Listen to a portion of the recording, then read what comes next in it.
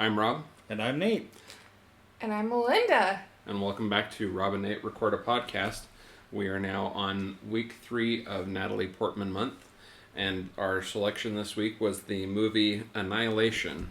From 2018. And I'm the only one who came into this movie blind. I intentionally didn't look anything up about it because both Melinda and Nate have seen this film previously. I know Melinda's a little bit of a fan of this film. Yes.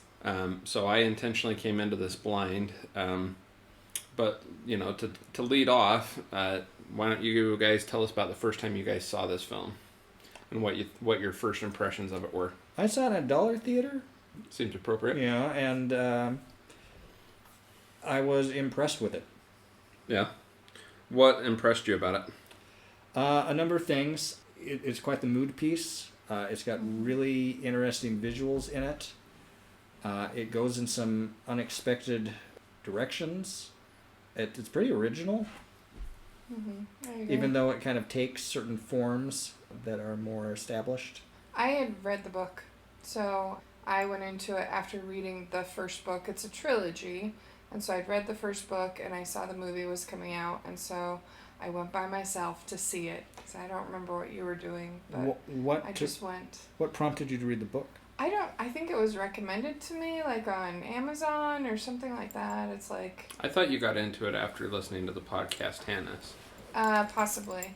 So I listened to the science fiction podcast about the apocalypse, because shocker, life, and that may have been where I got that from, or from I don't know, somewhere along the line I heard about the book, and so I decided I would check it out, and I read the book, and I loved the book. The book is different than the movie, obviously. I'm assuming the book is better, as is usually the case. I don't know, because my vision of how this movie was going to play out was a lot different because I had read the book, but at the same time I still love the movie. I think it does exactly what it's supposed to do. So, anyway, that's how I came across it, as I had read the book, the first book, and then I went and saw the movie. So, you guys both had a favorable impression of this the first time you saw it. Mm-hmm. How do you feel like it holds up on repeat viewings? I thought that the first half of it didn't hold up very well as a repeat viewing because it's very slow and methodical.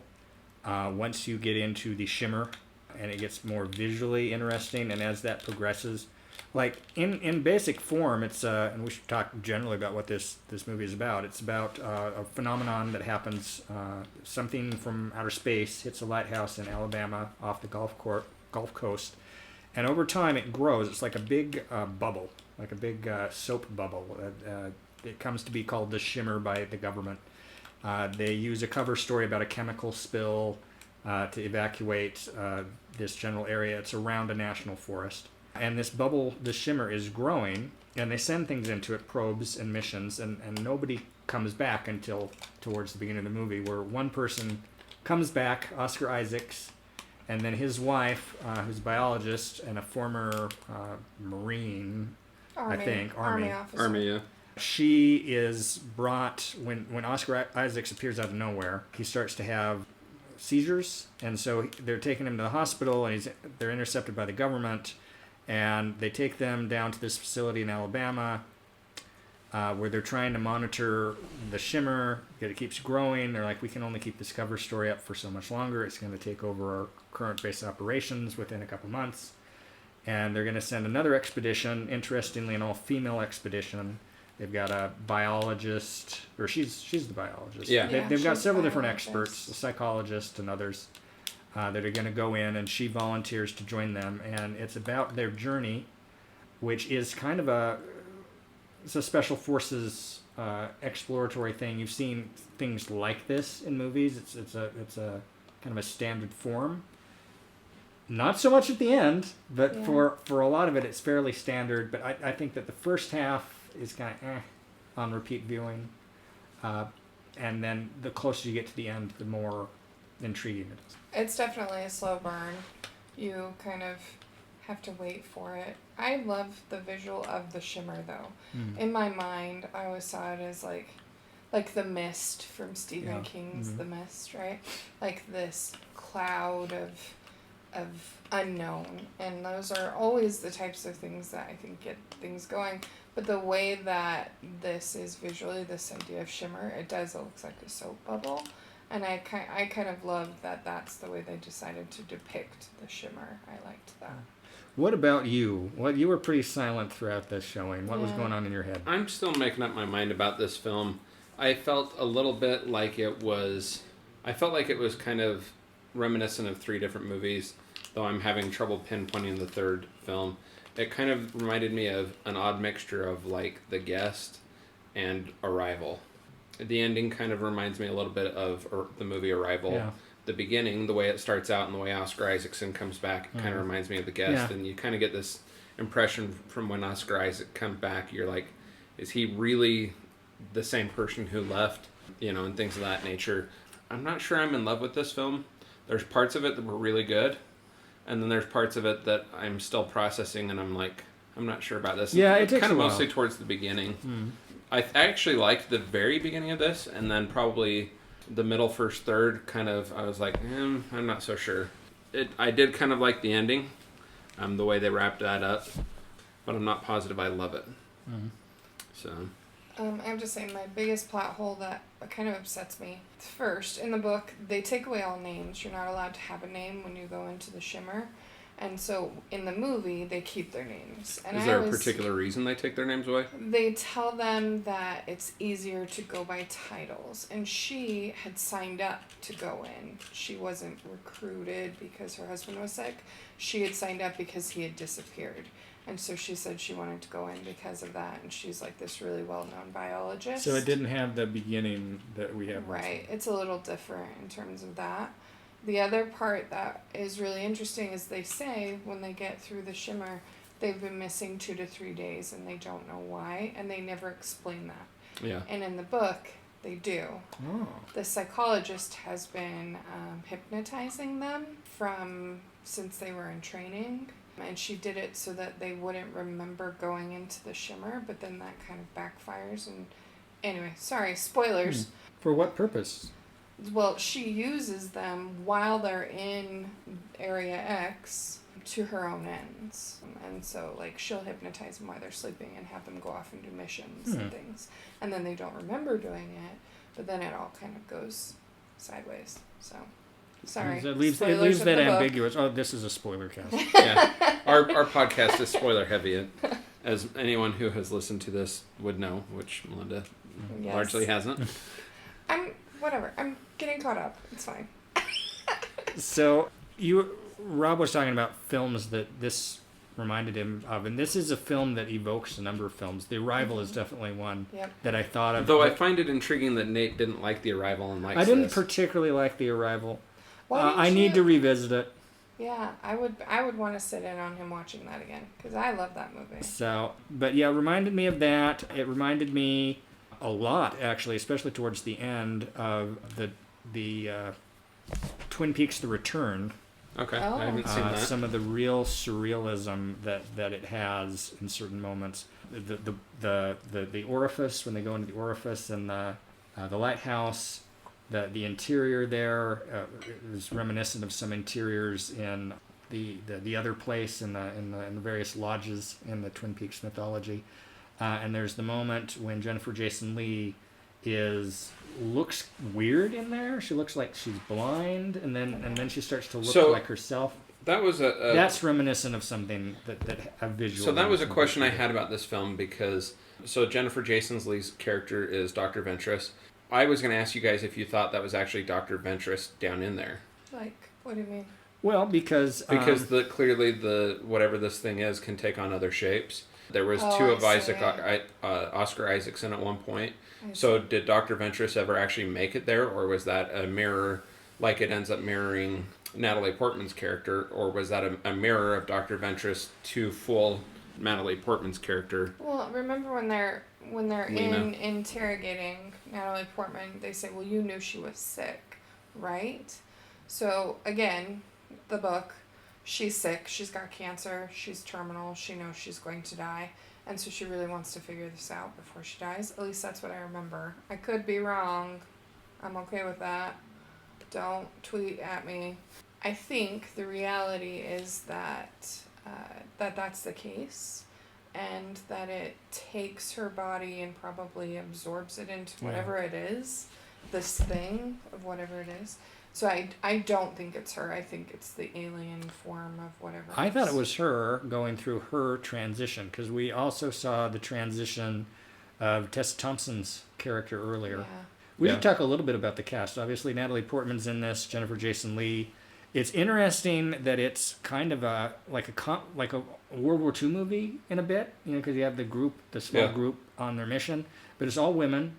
It's racially diverse. You got Gina Rodriguez, you got Tessa Thompson, you got a Swedish actress whose name I'm about to butcher, Tuva Nuvatoni, who's the only one of the five that I can't think of anything else she's been in, because she's Swedish and she hasn't done much work over here.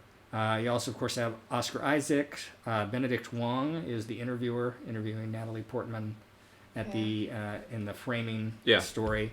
And at the end. And he's also a defender of reality in the Marvel Cinematic Universe. Yeah. Yeah. Which is interesting. And I also thought, especially when Natalie Portman's being interviewed and she's in the kind of the medical scrubs, how much she looks like the actress from Stranger Things there.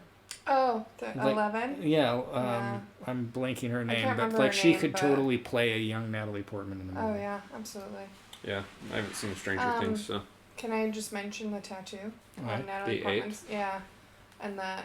So you talked about Tessa Thompson's transformation. Mm-hmm. I think Gina Rodriguez's transformation is, Natalie Portman in some way, like, they become symbiotic. And so she ends up with Gina Rodriguez's tattoo. Oh, no. So I wondered about that. I just saw that this time. I didn't see that first time. Anyway, keep going.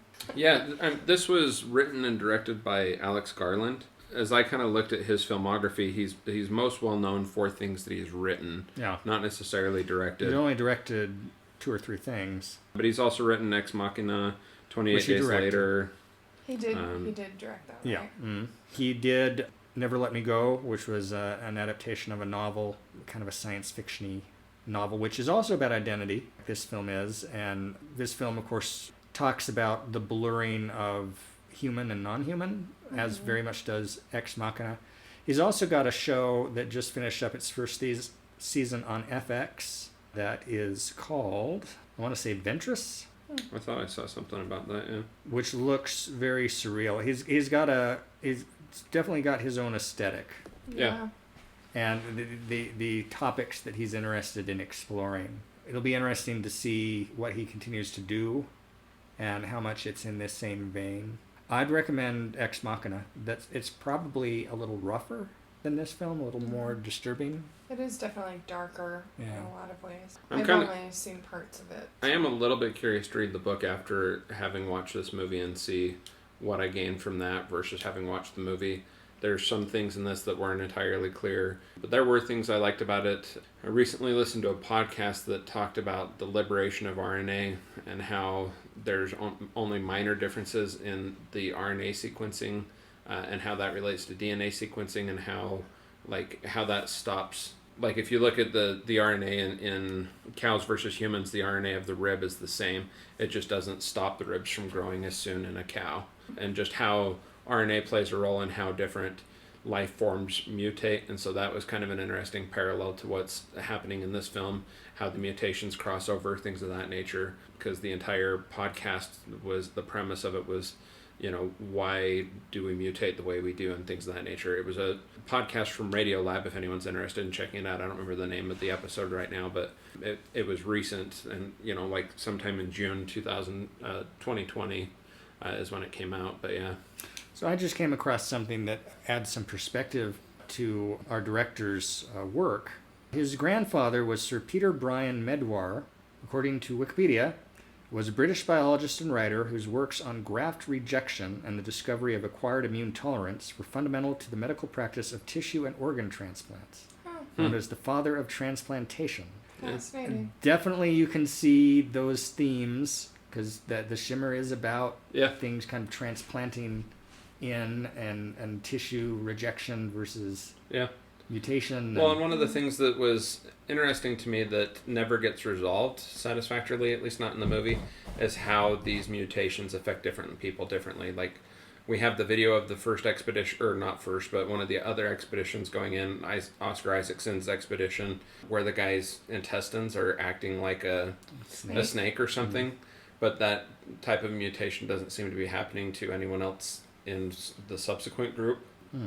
Or even necessarily anyone else in that group. Gina Rodriguez talked about how she had stuff underneath her skin that was moving. She felt her She fingerprint said, "Are was you moving. going to cut me open and see that there's stuff moving in me?" So I think there is And some everybody- correlation between that. Everybody was affected kind of differently. Yeah.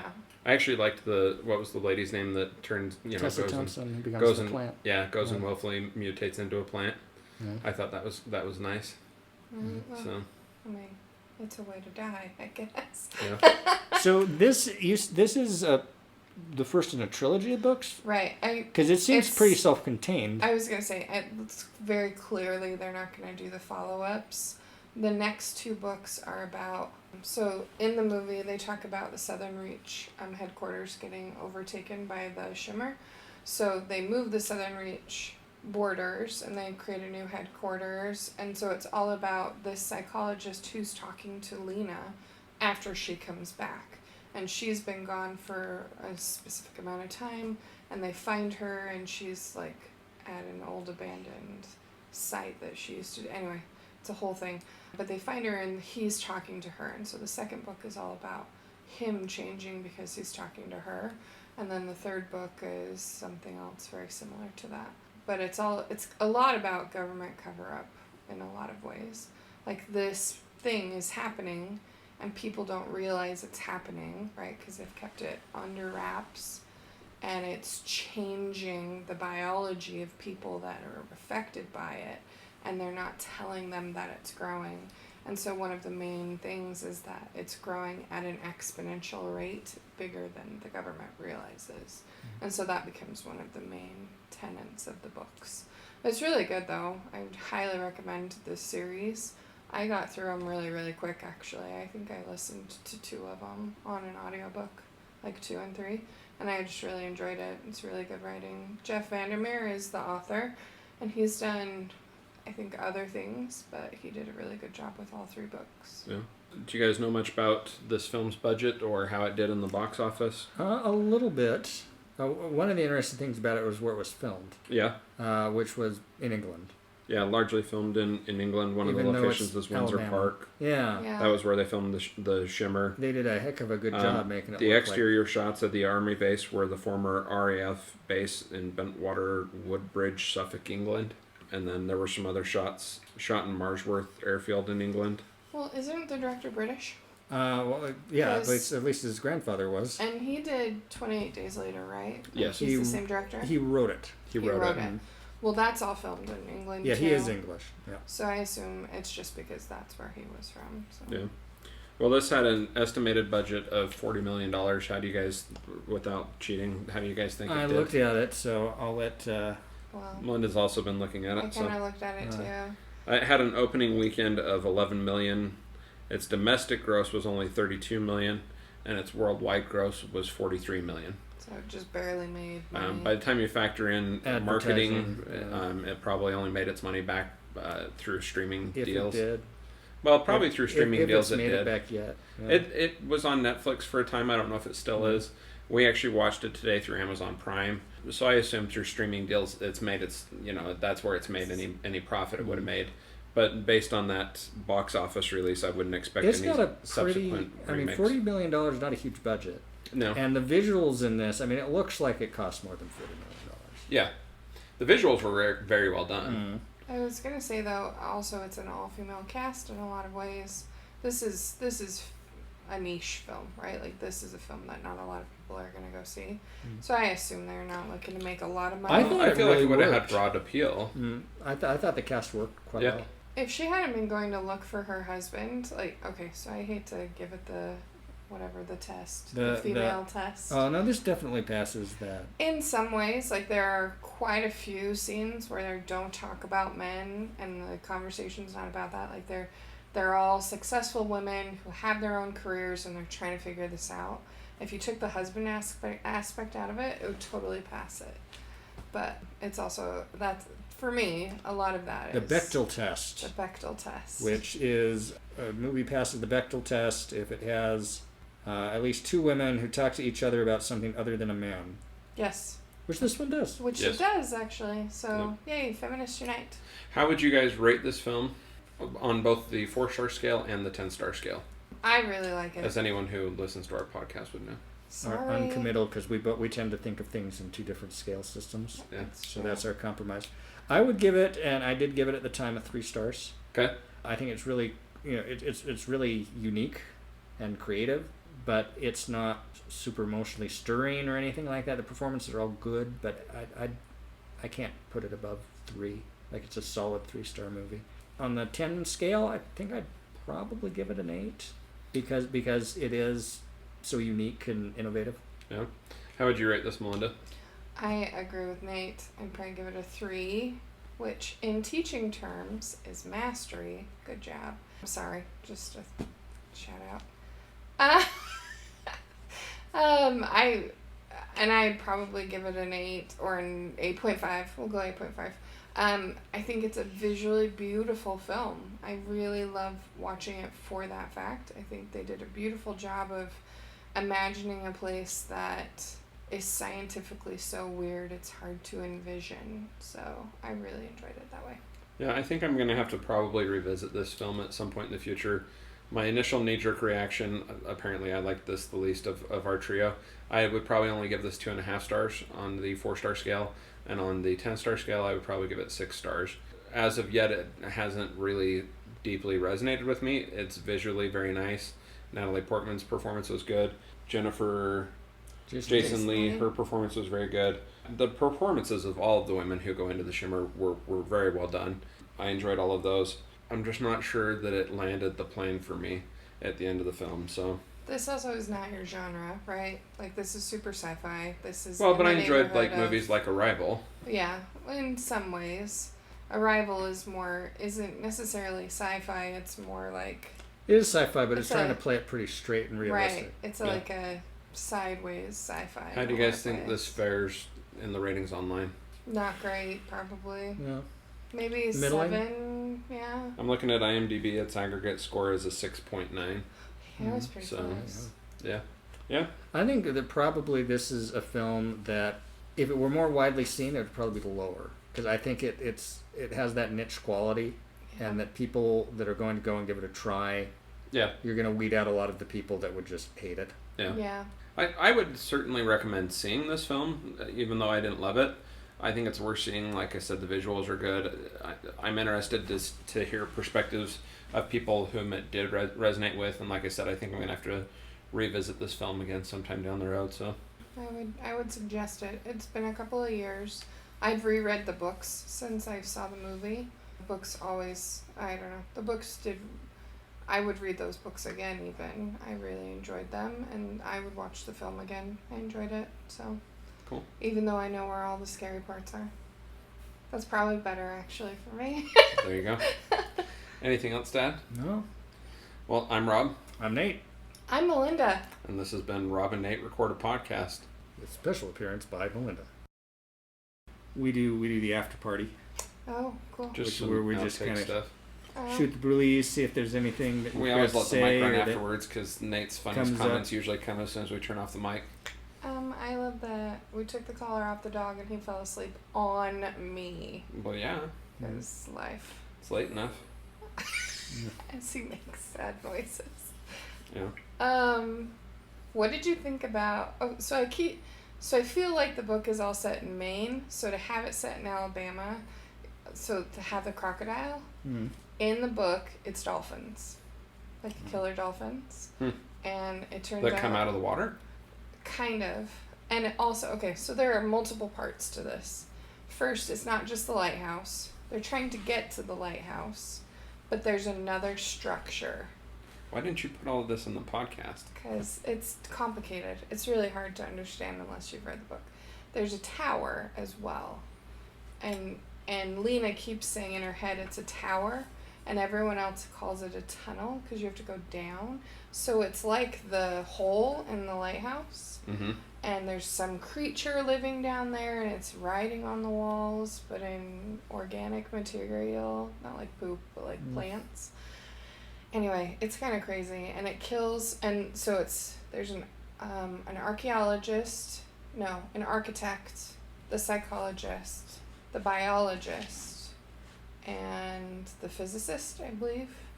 It's a 5-person team, but I can't remember all the jobs. They're all women? And they're all women, because they'd sent like 14 teams before this. I thought you had told me that it had something to do with women were affected differently by the shimmer than the men. They were trying it, so it had all been men teams up to that point, and so they wanted to try women to see if there's any difference. it would biologically, if it wouldn't affect them as much. And so they wanted to try something different. And so they get in, and again, they lose 2 to 3 days, and then they're all angry about that, and the psychologist calms them down. I think that's the most frustrating part about the movie is that she doesn't say anything about them losing the 2 to 3 days, and so, like, it's almost an Easter egg. Yeah. Like, you wouldn't know, you wouldn't think twice about it unless you knew. Yeah. And they clearly have been hiking quite a ways, so you have no idea where they are in relativity to the shimmer, to the border. Yeah. And so you have no idea how long it will take them to get out. You assume it's 2 to 3 days. And so by the time things start happening and people start dying and stuff like that, it's been a long enough time, there's no way to get help. And so when Lena says, we've got to go for the coast, that's the same with the book. She realized she had to go for the coast. Anyway, so she wants to go into this tower, and that's kind of where she comes across this alien creature. And then she ends up at the lighthouse, and the lighthouse is a separate event. And in the lighthouse, all of these soldiers have been keeping journals, and so that's where the doctor wanted to go, because she wanted to find out what had happened. And the lighthouse is like this side story. I think I know what it wanted. What? It wanted to do interpretive dance. Right? Because that's how it ends up in an interpretive dance off. It just wants to be a mime. I think I picked out the third movie that this movie reminds me of. The Happening. Ooh, true. With the plants, and the plants are I was toxic. thinking also Darren Aronofsky's The Fountain, which is seen another film with very weird visuals that doesn't make the most lineal sense. Yeah. I've seen Darren Aronofsky. The only ones I've seen are The Black Swan and Noah. Noah is his other one. I'm the only person in the world that likes Noah. I can't remember the ending. I remember it pissed people off because it was like God doesn't exist or something. And I was like, what? This is why I like Noah. I like Noah because it's one of the best biblical adaptation films because it plays loose with the source material. Sure. And it's taking a mythic story, because I think it's best approached not as a biblical adaptation, but as a mythic adaptation. Well, because when people bring certain things to the table when they're talking about the Bible, think of it as the Noah myth. It's redoing the Noah myth for the environmental movement age. Yeah. Oh, so it's more of a... It's a cautionary tale of don't mess up the polar ice caps. They're going to come and get you. Gotcha. That conversation just reminded me of the Nickel Creek song 21st of May. Oh. Okay, good to know. Which we had a discussion of. Yeah. Last week. I find it funny when you say that it's a myth. When you look at whatever, now you're talking to history, and that's just going to send me down a different rabbit hole. So we're going to let that lie where it is. So You can go down a rabbit hole if you want. that's okay. I agree, it's a myth. Because there's no definitive proof, is what I'm going to say. Well, and you can even believe that it's literal, but it's still also a myth. Yeah. So Until you can show me where the boat is, or pieces of the boat, legitimately, that have been carbon dated, and tell me that you have found DNA citing everyone is related to Noah, then I'm on the fence.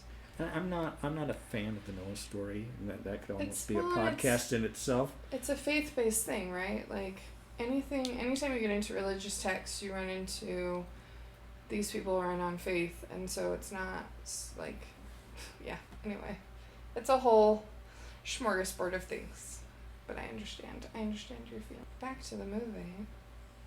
Did you really not like it? We you can talk should about whatever. actually. You should, if you enjoyed the film, you should check out the podcast Tannis. Tennis. Yes. So it's all about. It sounded crazy from when she told me about it. So it's all about this guy. This is around the same time that she was listening to Bigfoot podcast, so put this into perspective. No, but Bigfoot podcast was later.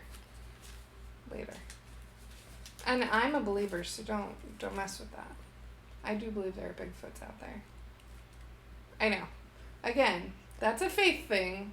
There's no definitive proof there's Bigfoot. Should we talk about weird crap? Is it real or not? Bigfoot, not real. I think it's real. Bigfoot? I don't care. He doesn't matter. Care.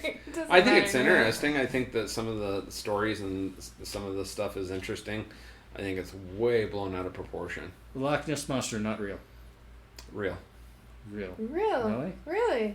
Yeah.